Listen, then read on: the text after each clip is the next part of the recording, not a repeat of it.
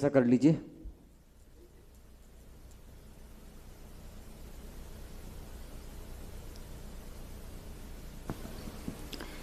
नमस्ते गुरुदेव।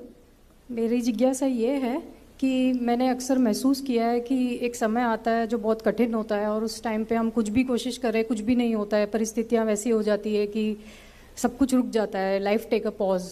फिर एक समय आता है कि सब कुछ सडनली चेंज होने लगता है और चीज़ें अपने आप हमारी लाइफ में होने लगती है, हम स्पीड अप करने लगते हैं, ग्रो करने लगते हैं, अपॉर्चुनिटीज़ अपीयर होने लगती है। तो मैंने कुछ वैदिक एस्ट्रोलॉजी वगैरह का अध्ययन किया। मैंने ये देखा कि कुछ प्लैनेट्स होते हैं जैसे सैटर्न, राहु, केतु, ये जब आते हैं तो ये हमारे जीवन में घटनाएं होती है, रुक जाती हैं। फिर अच्छे प्लैनेट्स लाइक मरकरी, वीनस, ये सब आते हैं तो चीज़ें फिर से होने लगती है। तो मेरी जिज्ञासा ये है कि आपकी इस विषय पे क्या राय है। मतलब इसका मतलब तो ये हुआ कि ये सब कुछ हमारे कंट्रोल में है ही नहीं और हमारा पिछले जन्म से सब कुछ होता आ रहा है और अब हमको बस फेस करना है और सरेंडर करना है और उनको भोगना है। देखिए, तो ये जो आप कह रहे हो गलत नहीं है, सही है, लेकिन ये एक पक्ष है, one side of a coin है, दूसरी साइड भी सिक्के की है, वो भी देखें। जो कुछ हमने पूर्व भाव में किया है वो इस भाव का कर्मोदय बन के आएगा।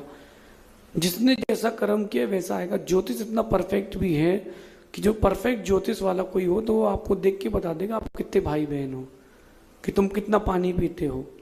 और ज्योतिष मिथ्या नहीं है, मैंने भी उसका बहुत अध्ययन किया। जो पंचांग बनते हैं, कुंडली बनाते हैं, हमने भी पूरा बनाना सीखा। ये जो मोबाइल से बनता वैसा नहीं, हाथ से जो बनाते हैं, इष्टकाल निकालना, भूयात, भुआ, भवाउत, सब निकालना सीखा है। होरा, विंसति, कुंडली और बहुत सारी मैंने भी सीख ली। अब बात यह है कि करें क्या, क्योंकि जब शनि की महादशा आएगी तो चोट लगेगी। मेरा मानना है कि आज से 100 साल पहले अपन चले जाएं, 50 साल पहले इतना ज्योतिष का ट्रेंड नहीं था, इतना वास्तु का ट्रेंड नहीं था, लेकिन वास्तु ज्योतिष उस समय भी था। होता क्या था कि लोग उस समय धर्मात्मा थे, बहुत पूजन अभिषेक करते थे, प्रभु की आराधना करते थे, निर्विकल्प होकर भक्ति करते थे। इससे क्या होता था कि उनका पुण्य का बैलेंस चलता था। कि अगर कोई बंदूक में किसी की गोली लगी हो, बंदूक तो देखी होगी आपने गोली, वो गोली जो लोहे की इतनी सी होती है, अगर कोई फेंक के मारे आपको तो मर जाओगे क्या? हैं? मर जाओगे क्या? और बंदूक में लगा के मारे तो बच जाओगे क्या? गोली तो वही है, उसकी फ्रिक्वेंसी, उसकी स्पीड से काम होता है। कर्मोदय तो आना है, लेकिन अगर आपने धर्म ध्यान किया है, प्रभु की आराधना की सच्चे मन से, गुरुओं की सेवा की, आप धार्मिक हो, तो वो कभी इतना जोर नहीं मारेगा। आप हिंदू दर्शन में चले जाओ, चाहे जैन दर्शन में चले जाओ, पहले लोग बहुत धार्मिक होते थे। ये व्रत, वो उपवास, ये पर्व मनाना है, ये इतने बजे पूजा अभिषेक करने जाना है। अब मंदिर बहुत है, पुजारी है ही नहीं। इन सब के कारण लोगों का बैलेंस बिगड़ गया है, पुण्य का बैलेंस बिगड़ गया है। एक बनारस के पंडित ने अपनी बेटी की शादी करी और उसने कुंडली मिलाई कि किसके साथ मेरी बेटी सुखी रहेगी।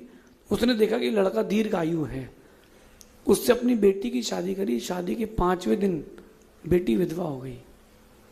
कैसे विधवा हो गई? वो रेलवे फाटक पर लड़का खड़ा था, क्रॉसिंग पर बहुत सारा जाम था, तो उसने गेट खोल करके आगे वाले को बोलने के लिए गेट खोला कि गाड़ी आगे बढ़ाओ। उसने गेट खोला और मुंडी बाहर निकाली, उतने में एक सांप आकाश से गिर गया।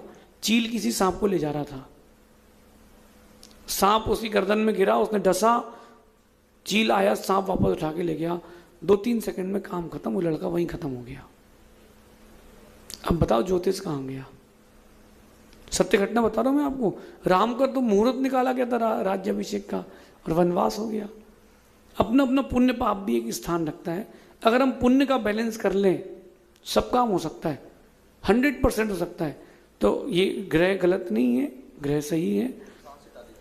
आप अगर चाहो तो पुरुषार्थ इतना प्रबल कर लो, अपना पुण्य इतना बढ़ा लो कि वो कुछ कर ना पाए। पानी तो गिरने वाला है, माना कि पानी गिरने वाला है, बहुत तेज पानी गिरने वाला है, आप छाता लगा लो, रेनकोट लगा के चले जाओ, तो गीले नहीं होगे ना, पानी तो गिरेगा। ऐसे अगर अपना पुण्य बढ़ाते हैं तो सच मानिए आप सब कर लेंगे।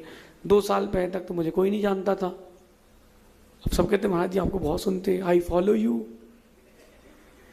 सब पहचानने लगते हैं।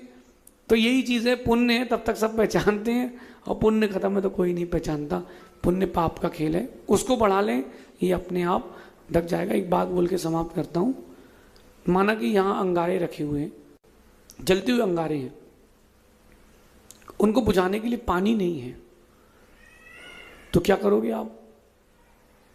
हाँ, मिट्टी डाल दो, इतनी मिट्टी डाल दो, इतनी मिट्टी डाल दो कि उसकी हीट बाहर तक नहीं आए।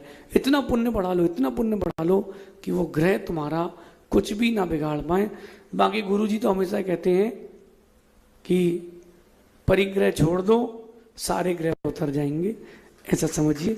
शेष आगे देखेंगे।